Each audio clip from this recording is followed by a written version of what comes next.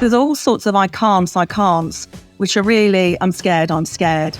Yeah, most of our fear states come from our child states. It's all about what happened in your past creates your now, not necessarily the future. Somebody said to me, you go deeper than any coach I've ever worked with.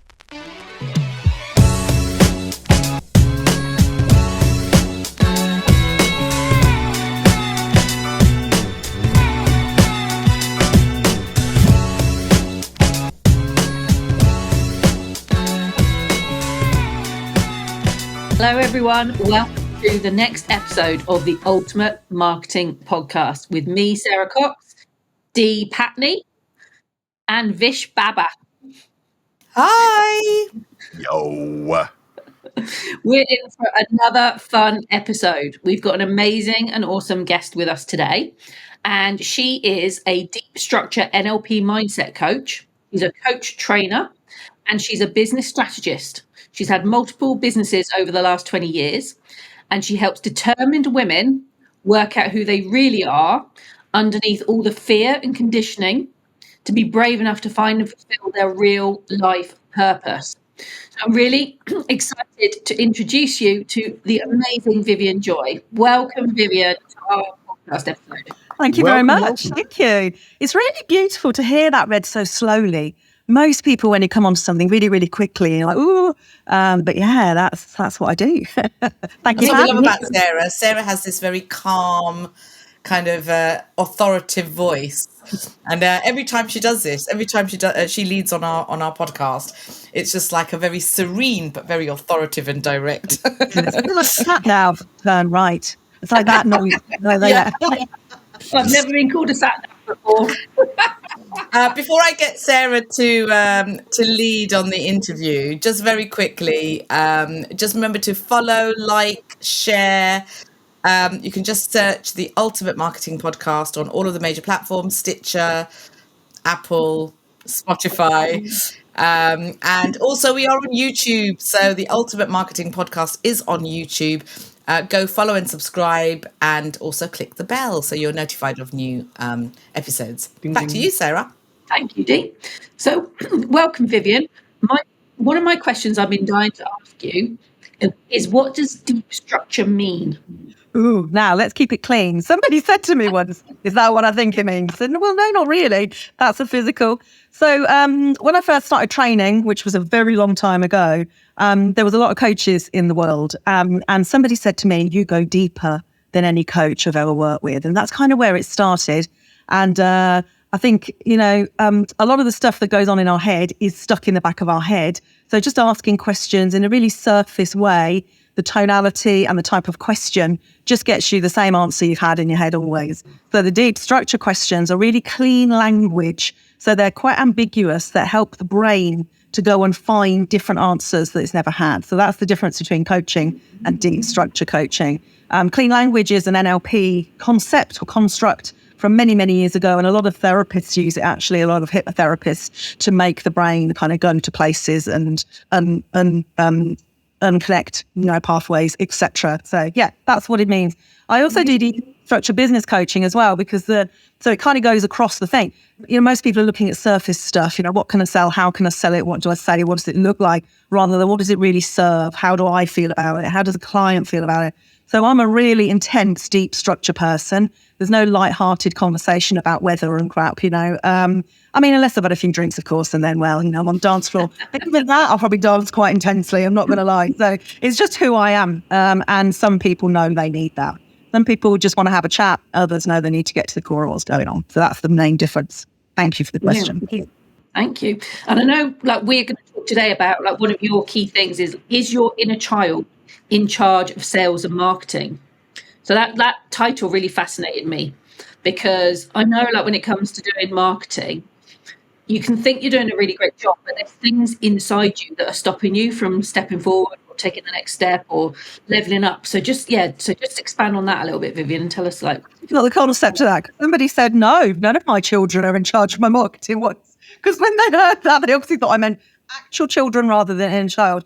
Yeah, most of our fear states come from our child states. So I do a lot of psychodynamic work and lots of Gestalt therapy, lots of different toolkits that go on, and it's all about what happened in your past creates your now, not necessarily the future, because if you can shift it and change it. But, we're not designed to stand out.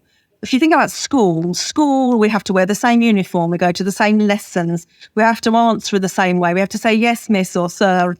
We have to fit in. So when you come to marketing, it's not a natural thing to say, do you know what? Here I am. I'm amazing. I do great work and I can change your life, or buy my thing. It's the best. It's just not natural conditioning for us. So to help people to get out of their own way with that, have to go back to those days where they created beliefs of I must stay small, fit in, stay silent, stay quiet, do the same as everybody else. And with selling, even more so, because we are not keen on rejection, and we don't want to be thrown out of the caves where, back to all sorts of ancient times where we had to fit into tribes and we needed it for survival. So again, we're not really good at standing out and we don't want to be rejected. So look at sales and marketing of a business owner today. They kind of have to do both of those things. They have to risk rejection and really stand out in, whichever field they're in now, because pretty much all industries and categories are completely overpopulated.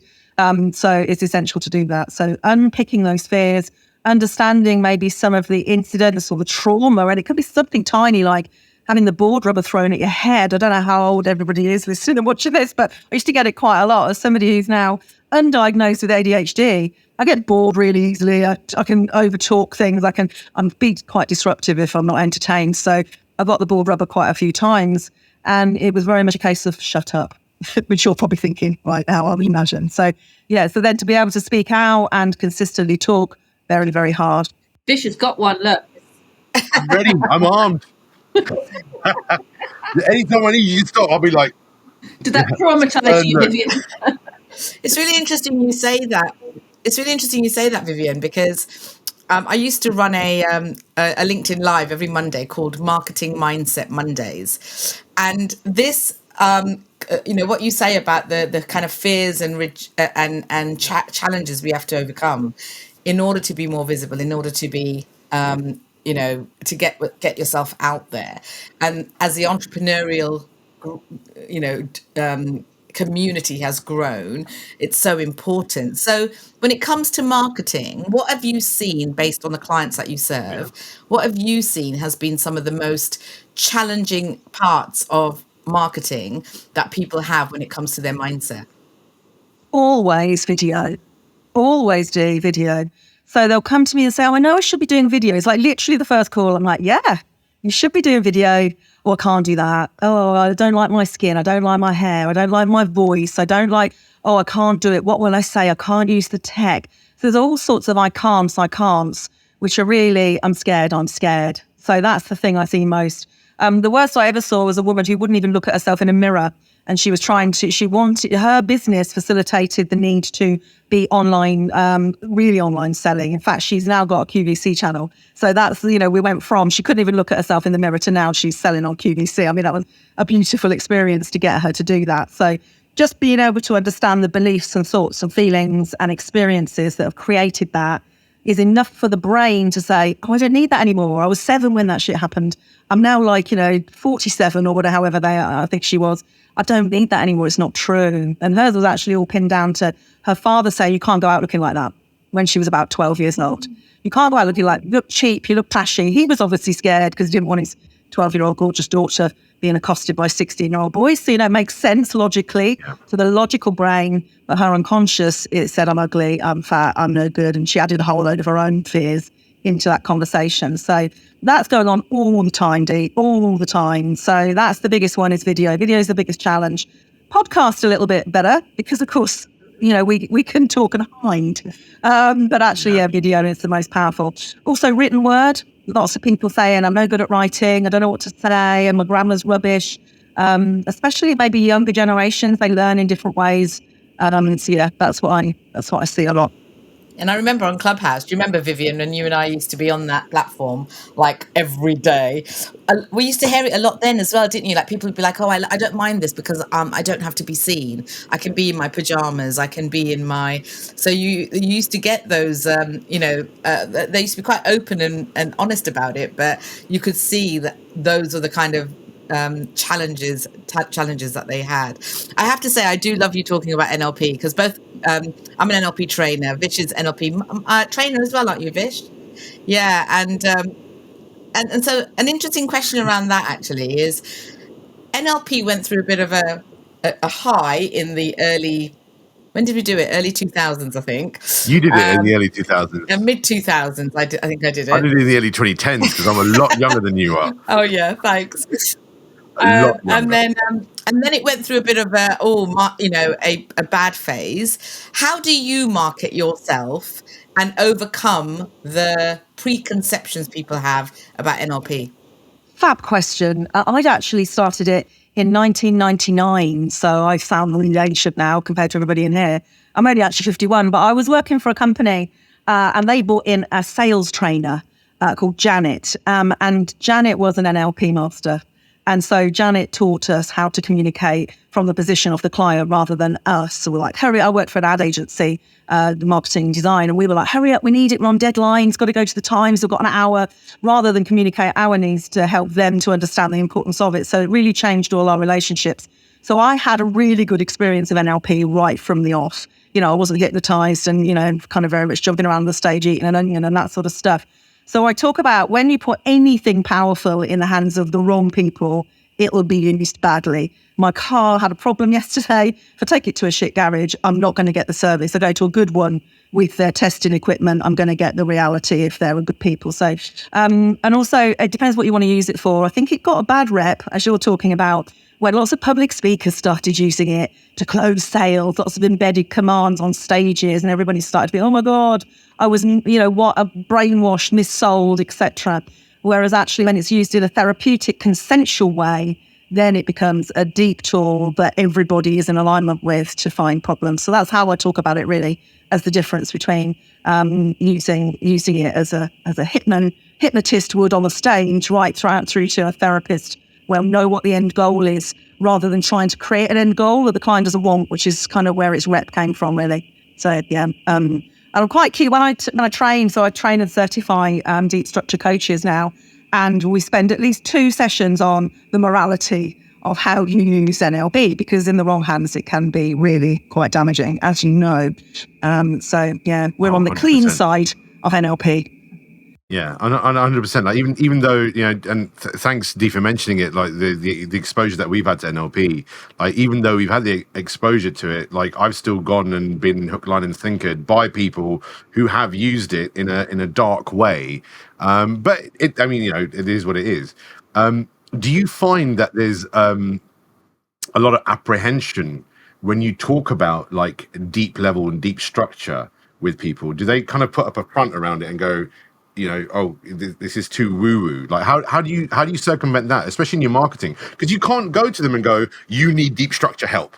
That's not the marketing message you can go out with, right? So how do you utilize that in your marketing messages to kind of attract people?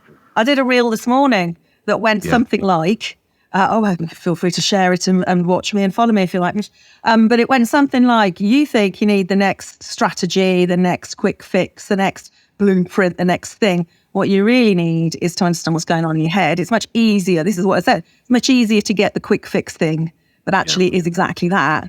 Whereas actually doing the deeper work, you'll be setting that, you know, foundation for life. So I'll talk very much about the importance of sorting the stuff out rather than finding the fix, which is let's, you know, create an automation. Let's, you know, you guys, let's, you know, create a new sales strategy, which will fall on its arse when they lose their confidence or get rejected a few times. So it's about really understanding the power of who they are from the inside. Actually, for people that want to learn to be coaches, they really understand my messaging. Those that want to be coached, when they've tried a lot of stuff, will typically come to me. So if they just think they need a coach, a business coach or a mindset coach, they'll go to other people and they won't get to the core problems or they won't get the outcomes. They'll typically come and find me because I'm talking about, well, let's get it really sorted. Let's find out what's really going on. We're not going to have a very basic chat. So I'm very core in the core need of what I talk about, because of course there's millions of coaches. It's the biggest growth industry and has been for years, isn't it? So I very quickly worked out that I didn't want to be that person. And if somebody needs that sort of coach, they'll go and find that sort of coach. Yeah. If someone needs me, they'll find me. So and I'm good with that. I don't want any surface crap. Oh, someone said, oh, no, I didn't do it. Oh, okay. Right then. And they don't want to talk about it. They don't want to think about it. Well, I'm not your coach. No, go and find someone else that wants to take your money an accountability coach for the next 3 years and I'm not doing your stuff, because there's a lot of people out there that will do that.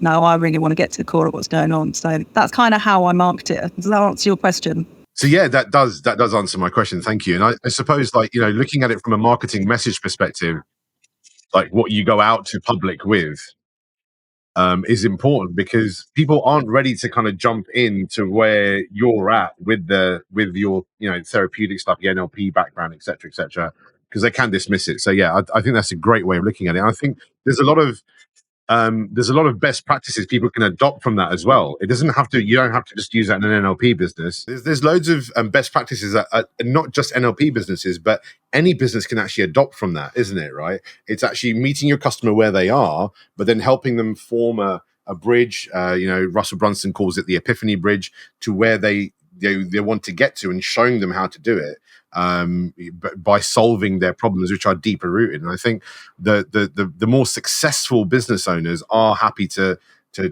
meet their customers where they are and then take them on that journey, but also expose themselves and be vulnerable enough to be able to do it. And I think there's a lot around that, right? Because we're taught not to be vulnerable. We're taught not to open ourselves up to the public and let people take shots at us because we're exposed. How do you specifically help people market around that? That's an interesting question. I'm actually good with being vulnerable, so I probably am all right to help others. I'm only child, and my mum was the sort of person that said, you've got to talk about everything. Like, I was given an open field to be able to do this.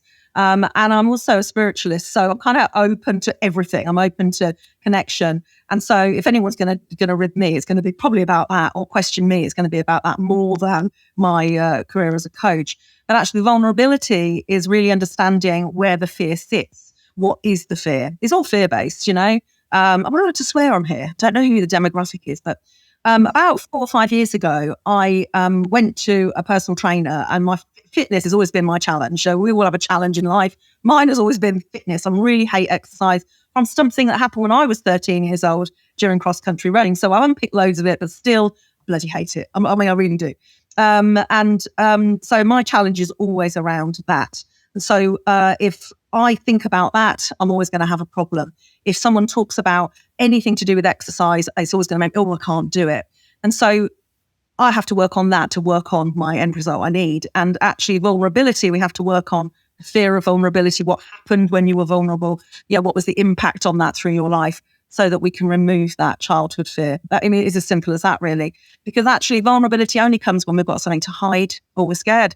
And once we remove that, so I came out of the personal training session. I thought, my God, that wasn't as bad as I thought it was. He was really great, this guy Mark. And I sat in the car with a big sweaty face and looked like crap. There was a dust cart behind me, so nobody's sanding stuff. And I just thought to myself, do you know what? Fear fucks everything. It just came into my head, and I thought, do you know what? Fear could fuck this feeling. I'm going to sort it out. So I got my phone and I just recorded a video, and I entitled it saying, Fear fucks everything. I nearly didn't come to this session because I was terrified I was going to be judged, wouldn't be able to do it, fall flat on my face, sweat a lot, pass out. I'm also an asthmatic from said cross country. And I did this video, and then I uploaded it thinking, oh gosh, I feel much better. And then I realized I'd uploaded it to LinkedIn. And this is a long time ago. So this is about 5 or 6 years ago. And in my head, Facebook, vulnerable, LinkedIn, a bit corporate still. And I literally had this little panic because I was watching it go up and I couldn't stop it, thinking, oh my God. And then I had to reason with myself and go, well, what's the worst that could happen? Like, literally, what's the worst? I had to dig into all my childhood fears of judgment and all sorts of stuff. I'm going to tell you what, the biggest piece of work from that I've ever had in my life, like a massive corporate company going, you're exactly the kind of provocative person we need to sort our management team out. And I did a lot of leadership management development training. And I was like that. So I really showed vulnerability and got massive payback for it. It's just a very roundabout way of answering the question. So every time I think, oh, that's a bit vulnerable, I go, oh, but look what the outcome could be. Because in my experience, there's 3 reasons we don't do something. One is fear, i.e. vulnerability. The other is skill, like we don't know how to. And the other is value. It's not valuable enough. So we won't be vulnerable if it's not valuable. So once I found the value in that real vulnerability and sharing how I felt, now it's not even a thing. I'm literally the two. There's nothing in the middle of it now. I just go, well, I know how to do it. I've done it. I did it. It was successful. Let's do it again. I mean, I've shared videos while I was in my hot tub, looking at a mess my roots need doing. And actually with my clients, it connects with who they are. And they want to be able to do that. They're like, for me, the content's more important than my visual. And for them, I think they think that too. So, and I was at an event yesterday and a woman came up and I didn't know who she was. And she went, "Oh, you're Vivienne Joy." She said, "You look just like you do in real life." I went, "I know." Because there's nothing edited. Strange that, isn't it? Well, like when I get up in the morning, that's, try not to show up in my pajamas, but, that's real life. And of course, we've got such a lot of AI, such a lot of pretend stuff, stuff like, unauthentic stuff going on out there. I think the vulnerability is the authentic part. That's how we connect. That's how we decide. That's how we make friendships. That's rapport for the NLPers. So that's how I teach it. We've got to make it more valuable. Otherwise, we're just not doing anything, are we? That's the long and short of it, really. Yeah. Vivienne, what challenges, when it comes to marketing, what challenges did you have when you were first starting out your business? Well, you won't be surprised to know, Dee, getting to the point quite quickly. So I remember some of my first emails were about 48. It's like a book. And in fact, actually, I've written a book. My book is 5 years old now, The Mindset for Business. And I got a book architect, actually from an event where I was sold from the stage to write a book. So quite ironically, I knew I was being sold to and I needed it though. So I was like, okay. So anyway, I went through this book and they said, you need to write it all down, send us the Word document. And I did this. And I sent them the Word document and then I got an email saying, we need to talk to you. I was like, oh no, it's no good. I went through all that. Oh my God, it's bad. It doesn't make any sense. I went through all that. And the guy said to me, what is it you sent me? I said, what is this? The manuscript for my book. And he said, there's enough here for 4 books. Wow. So the ability to explain everything, which is why people work with me, because I can explain stuff that there isn't explicable to a lot of people. So I used something years ago. I don't know if you remember this. Before we had all the tech we've got now, I used a system called Animoto. And it was basically you put some pictures and a bit of text with it. But it was kind of the days when Twitter I'm going back some years. I've been in marketing like all my life. Marketing agencies from 22. So I've been here a long time.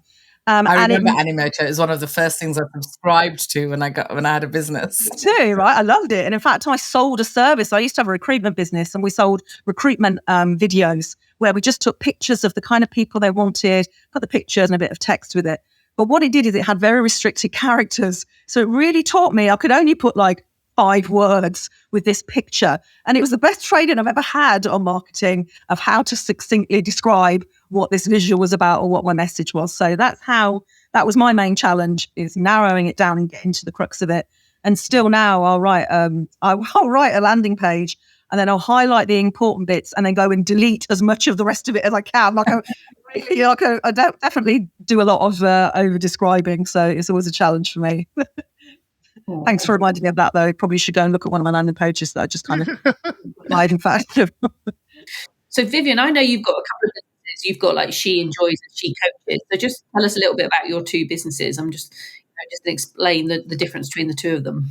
Yeah, well, they both sit under Vivienne Joy Coaching, which of course is me. And it didn't used to do that. So She Enjoys arrived in 2015, mainly by accident. That's a true story. So I went to Women's Only Networking and I couldn't join because they had business coaches and life coaches. So I started my own. That's the long and short of that. And I thought, how do women want to do this? They don't just want to sit and listen to something boring and have to stand up and do a 1-minute thing. Like, it's just not how we like to do things. So I set up Coffee, Cake and Coaching. That's how it began.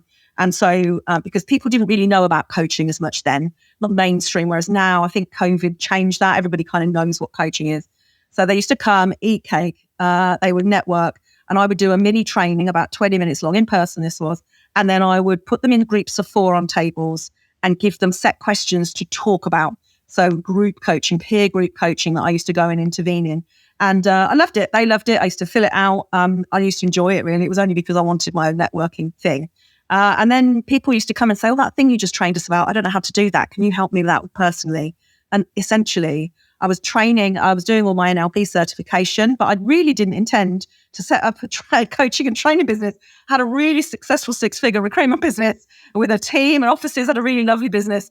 So it kind of accidentally merged, and I started then doing leadership management development coaching, and it went on from there. So it's had a bit of a transition, it's fair to say, over the last 8 years. So She Enjoys is essentially, because women don't. I'm Vivienne Joy, so the word enjoy is in a lot of stuff I do, because most women aren't enjoying their business. They kind of gave up their job to earn more, have freedom and enjoy it and serve the people they wanted, and they end up working every minute for less than the pay.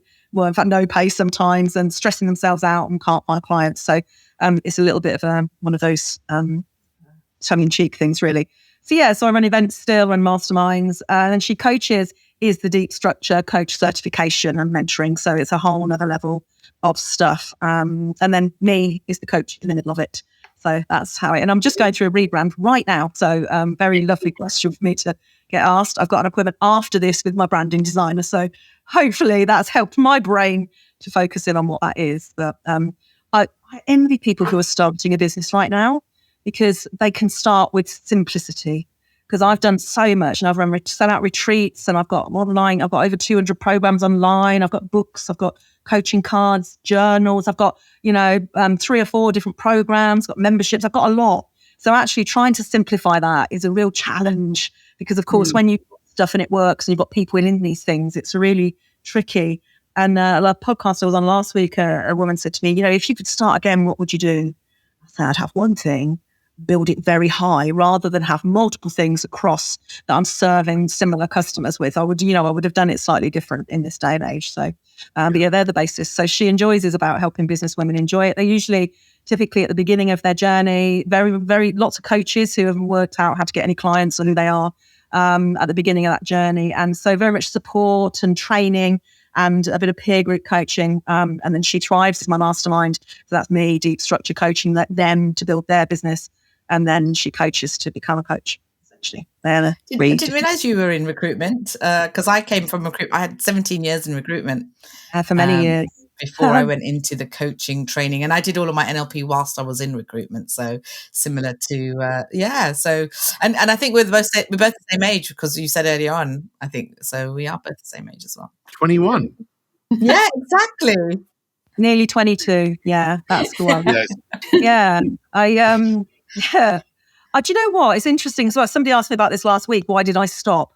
Why did I stop recruiting? Yeah, I was going to ask you the same thing. Like, what made the change? Because, to start with, it's essentially the same. I feel like I've gone full circle, because now I help people find the career of their dreams, which essentially I did for years in recruitment for other people to start with, and then myself. But actually, I built the wrong business, which is why I help people build the right business now. So I built a fixed fee recruitment business, Dee. Now, I'm sure, if anyone's in recruitment listening to this. So it was advertising, because, of course, I'm in advertising. So I built a brilliant business very quickly. We had multi-6-figure turnover very quickly. I know how to do that. I could do it really easily. But actually, and then I had a team doing the stuff where they were talking to the candidates and the clients. And I was out business searching, hence why I set my own networking up. And I realised I became so detached from the bit that brought me the joy, the bit where the candidate, oh my God, you've changed my life. I've got the job of my dreams. I didn't have any of that. Or the client going, oh, thank you. You've really helped our business. I don't know what to do without that salesperson. I removed myself from that thinking, from lots and lots of different coaches and programs and things I went on, that I had to build a business that I didn't have to be in. And I remember that was the big thing, wasn't it? If you've got a team and you've got an office and you're not needed, you could be off for 6 months, which essentially I did. But I thought, this is not what I want. Like, doesn't fill me with joy. It fills my bank balance, but I'm not passionate about it. I don't love it. In fact, I got to the stage where somebody would ring and I would accidentally answer the phone and think, I don't want to talk to them. I don't want to do this anymore. I really actually hated it at the end. Really hated it. And I don't think I would have stopped it, though. And that's what I think a lot of people get trapped. But BT helped me. If you're watching this, thank you. I hated it at the time, but it really helped me. Because they ported my internet into the phone line. So we went onto VoIP system and they put the wrong number into the VoIP system. So we had no internet. And they said, and I had a team and it was all online based even then. And they said, it's going to take 2 weeks. And I was like, well, I can't run a business with no internet. What am I going to do? I'm going back lots of years now, over 10 years ago. So I sent all the staff home. I set them up on their own, their internet and everything. And they worked home based and it changed everything. I thought, oh, hang on a minute. I don't have to have the office. I don't have to have the big team. And then I thought, well, she's at home. What the hell is she doing? Because I haven't seen any productivity from her. I hadn't really noticed that because I was out, building a business. Got rid of that one here, and it all disbanded. And so it all just naturally shed. And I think some people need something to help them naturally shed rather than carrying on with the same crappy business that doesn't give them any joy, especially if it's financially well. If it's really bringing you money, it's really hard to let it go. That safety, money-based safety is a big deal. So, yeah. But I love like doing something you enjoy is so important though, isn't it? Like you can have a business that you're really not enjoying and therefore it's no fun. There's not much point in having that as a business, even if it is making you loads of money. You know, it's much better to do something you're enjoying and you're passionate about, especially because you've got to market it and sell what you do. So if you're not feeling excited about it, that's going to come across in your conversations with people. 100%. How many boring people at networking? Yeah, well, I do this, I do that. Well, you don't do it really, do you? You have to do it, or you hate doing it, or you kind of did it, or you avoid doing it. You're probably watching Netflix all day. You do not want to do that. Like the energy of it, that passion is important. Hence why we've caught you out, Vish, have we? So that strapline that I use about helping people find their purpose. You know, people who are purpose searching are really my clients because they've typically got to a financial position where it's not about the money. They know it's not about the money. They know it's about something more. I help people start charities. I've got quite a few who've been with me about 5-6 years who have gone through, I need a business, I need cash to, I've done all that now and I know I can do it and now I want to give back, and they start a foundation or a charity or a not-for-profit of some description. And that's really joyful. So that for me is my purpose. My purpose is helping people find their purpose and follow it and have the courage and the confidence and, you know, the clarity really in what that is. Because I think most people know that I don't know how old you are, Vish. Obviously, in your early 20s, you're perhaps not at this stage yet. Still buying your mortgage and buying the designer clothes and, you know, things you do when we're younger. But once we get a bit older, once we're into this nice part of life where actually we don't give a toss what anyone thinks anymore, I feel good. Like this event I was at yesterday, the woman stood there saying she had a business and all she cared about was how successful she looked. That's how she looked. Yeah. Like she had the night, and I remember being there. My first ever business, you know, I had the Porsches and posh holidays, and bought a camper and bought a boat. And I was like, yeah, definitely that version. I was a coach, by the way. I had an e-commerce business. I was the epitome of somebody who looked successful, but I had no money. Like my cost of my business was a product-based business. See, my profit was like, turnover, massive, profit, nothing. And I nearly completely lucked out on that business at one point where I couldn't pay anybody. And it was just the savior of one client that changed it, really. So, and it is that perception, isn't it, Vivienne? The perception that that people have of us, that we sometimes basically get stuck on. That, well, you know, and even if something isn't working, it's not, you know, like you said, it's not bringing in the money. But because other people have that perception of you, you've got to almost keep it going. And then that stops the vulnerability, that stops you asking for help, that stops you changing by ego, track. isn't it? Just ego. That one I hit a lot, especially with women. Oh, my husband, I can't let him see I've failed. I hear that a lot. Like, it's a really big deal. How do you feel about yourself? Like, this is how you really should be thinking and feeling, not about what anyone else thinks. You know, you're here for you. Your life is your life. You know, your perception of yourself is more important than anything. And yet we kind of put that aside, and a lot of people outwardly referenced us and they just care what everybody else thinks. So yeah, I see a lot of businesses that are on the floor, like completely, but they'll carry on, investing all their money in it so as to not look like a failure. Like, stop.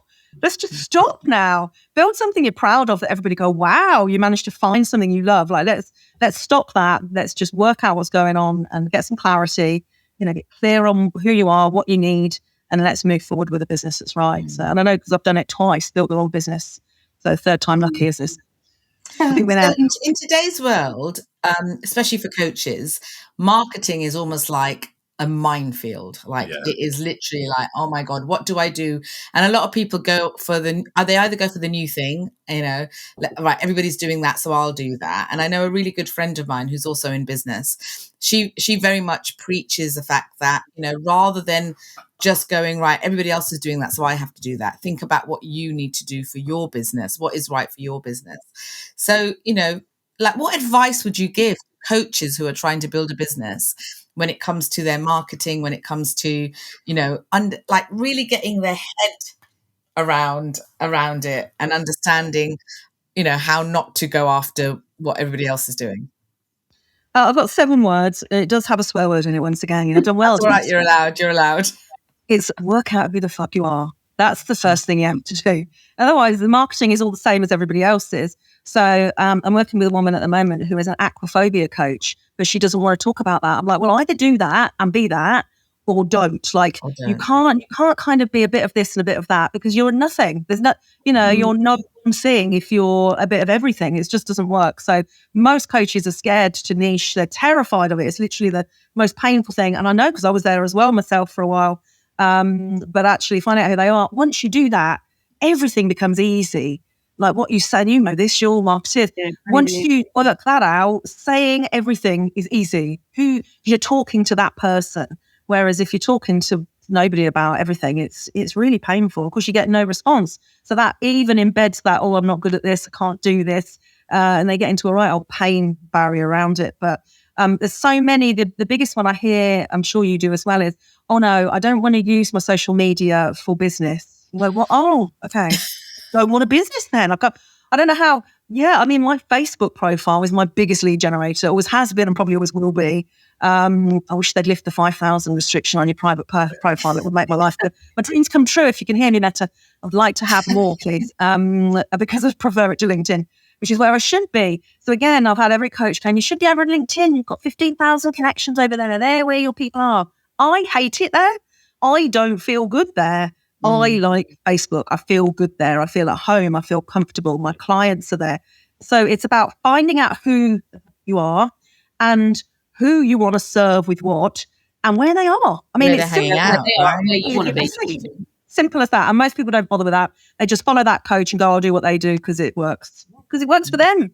Like I say, that one size fits all, that kind of next quick fix I did a reel about this morning, is not a quick fix for everyone. It might be for a few, but not for you, probably. So, yes, all painful. And I know this through all of this stuff I talk about, I've been and done. I've had all the chaos and the creative calm and the success and failure in between it. I really have. So, yeah, it's all kind of time served. Brilliant. So, Vish, have you got one last question for Vivienne before we wrap up? Yeah, but it's kind of already been touched on by Dee. Like, what advice would you give to somebody? And I think that to expand on it is a twist, right? What would you get someone to change in their approach for 2024,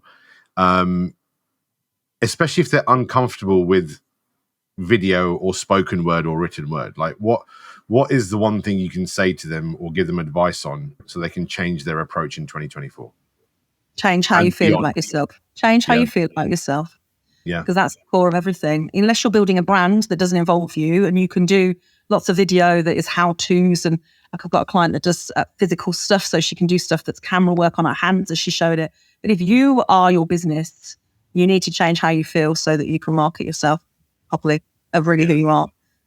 So it's personal empowerment. I hate it because everyone uses that word, but real personal empowerment from within is not the rah, rah, I've gone and done it. And it's not that. It's that whole, oh, okay, I'm all right to do that now. So, seeking permission from yourself and being able to be completely yourself in all areas of life, actually, but specifically business. That's so Vivienne, before Sarah closes this off, we always end with a quick fire round. So we'll see if we can do and it might not always be a business question. It might be a personal question. So we'll do it. We'll see if we can fit in a quick couple of rounds. So I'll kick off. Favorite book? Oh, is my own a really bad thing to say? That's really egotistical. No. It's probably not. It's probably Stephen Covey, The 7 Successful Habits of Highly Successful People, blah, blah, blah. You know what I mean? Yes, yeah. I quote a lot. First, seek to understand and be understood is my favourite thought from that book, without a doubt. Yeah. Cool. Sarah? Do you have your own podcast? Yes. It's about to have a bit of an evolution. Practice what you preach. It's called A Natter That Matters. If you want to be on it, anyone, please do come, because all conversations count. That's the kind of strapline. And at the moment, it's very interview-based. There's not really me on it on my own. And I think a lot of my people are going, I want to hear what you think each day, which I think, okay. So we're about to change that with probably really bad quality WhatsApp messages to one of my team, who will then upload them onto my podcast. So yes, so it's about to have a bit of an evolution, and we'll see how it goes. It's not my main thing though, in honesty, but I think it probably should be. So I need to give it more time. Cool. Would you enjoy more one-to-one work or one-to-many work? Oh no. Oh. I genuinely couldn't choose. That is genuine. I tell you, I do prefer face-to-face. That I can definitely tell you. I love online because it's easy, isn't it? And I can wear my pajama bottoms. Who knows? But I do prefer face-to-face because, of course, in NLP, I like to get people on their feet, especially people who are very kinesthetic, to really step into processes and stuff. So it's really powerful. I love both. And it depends who the people are. If there's a client that has got some real personal stuff, then if I can get them to share in a group setting, it really merges the group on another level. I've got a mastermind that's been going, she tries for 5 years because the sharing in there, they share with no other human on the planet. Like it's, but if not, they will do that one-to-one. So I really want the deep structure stuff. Yeah. So wherever they're going to do that, I'm going to be there. Cool. Favorite NLP technique? Cartesian coordinates. Oh, I have no idea what that means. Oh, you're going to learn, Sarah. Yeah, so yeah. It's a powerful set of 4 questions that scrambles the brain and literally makes them go, I'm just going to get on with it. It's like it's a real kind of helps people realize the ecology of some. So i.e. it's safe to make decisions and then how to make the decisions and some of the stuff I haven't thought of. So very powerful 4 questions. When I train this in my certification, they'll go, oh, that's incredible. I can't wait to go out and use it. So it's how I start them off with volunteer clients. Because it's 4 questions, right? You can't get it wrong. It's literally only 4-word difference in each of the questions. So yeah, that's my favourite. Oh. Awesome. My question is, what types of dogs do you have? You said you got 4.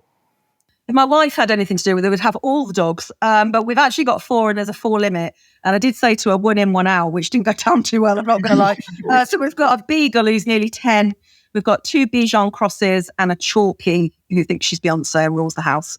She's like, she can spread herself out to be the whole sofa somehow. She's definitely my dog. Let's put it that way. She owns the room when she walks in. Yes, there are dogs. Brilliant. Joy dogs. Last question. What would happen if you did make a change from 4 to 5? No, sorry, okay. No. I'm sorry. NLP quick there. My wife love me more, honestly. That is I use it with the kids all the time. They absolutely hate me for it. Beyonce or Rihanna? Oh, Beyonce, definitely. Queen B, baby. I mean, I'm a lesbian. I'll do either. I'm not going to lie. But Beyonce's got more power. She's just more power than dirt. I know that's my opinion of her. But yeah, and I've seen her live. She's crazy good. Yeah. I'm not a lesbian and I wouldn't mind either. So I think we'll share it. She'll be all right. Yeah. Good. I'm sure her indoors probably wouldn't sign that one off, but hey, we can. No. What would happen if she didn't make that change? What would happen if she didn't make that change? I don't know. Right, over to you, Sarah. Over to you. Down a rabbit hole. It's time to wrap up. Thank you, Vivienne. Thanks for coming on and sharing the joy with us, the Vivienne Joy with us. And it's been great fun having you on. And just before we go, just a reminder to all our listeners to remember to like, share, comment on our podcast. And you can follow us on Spotify, Apple, Deezer, and many others. I can't remember, Sketcher. But we're also on YouTube as well. So please remember to go over to YouTube and subscribe to our Ultimate Marketing Podcast channel and give us a like and a comment and ring the bell, as Dee likes to say. Ring the bell. Ring the bell. And so, Vivienne, if people want to get in touch with you, what's the best way? Yeah, so hello at Vivienne Joy. I'm Vivienne the French way, VIVIENNE, joy.com. So that's my website and everything's on there. Hopefully that journey will make sense. Although we are working it out at the moment. So if not, let me know. But yeah, I think you've just given me a new strapline, Sarah. So I just want to say thank you. It's been lovely to be here with you guys. But share the Vivienne Joy.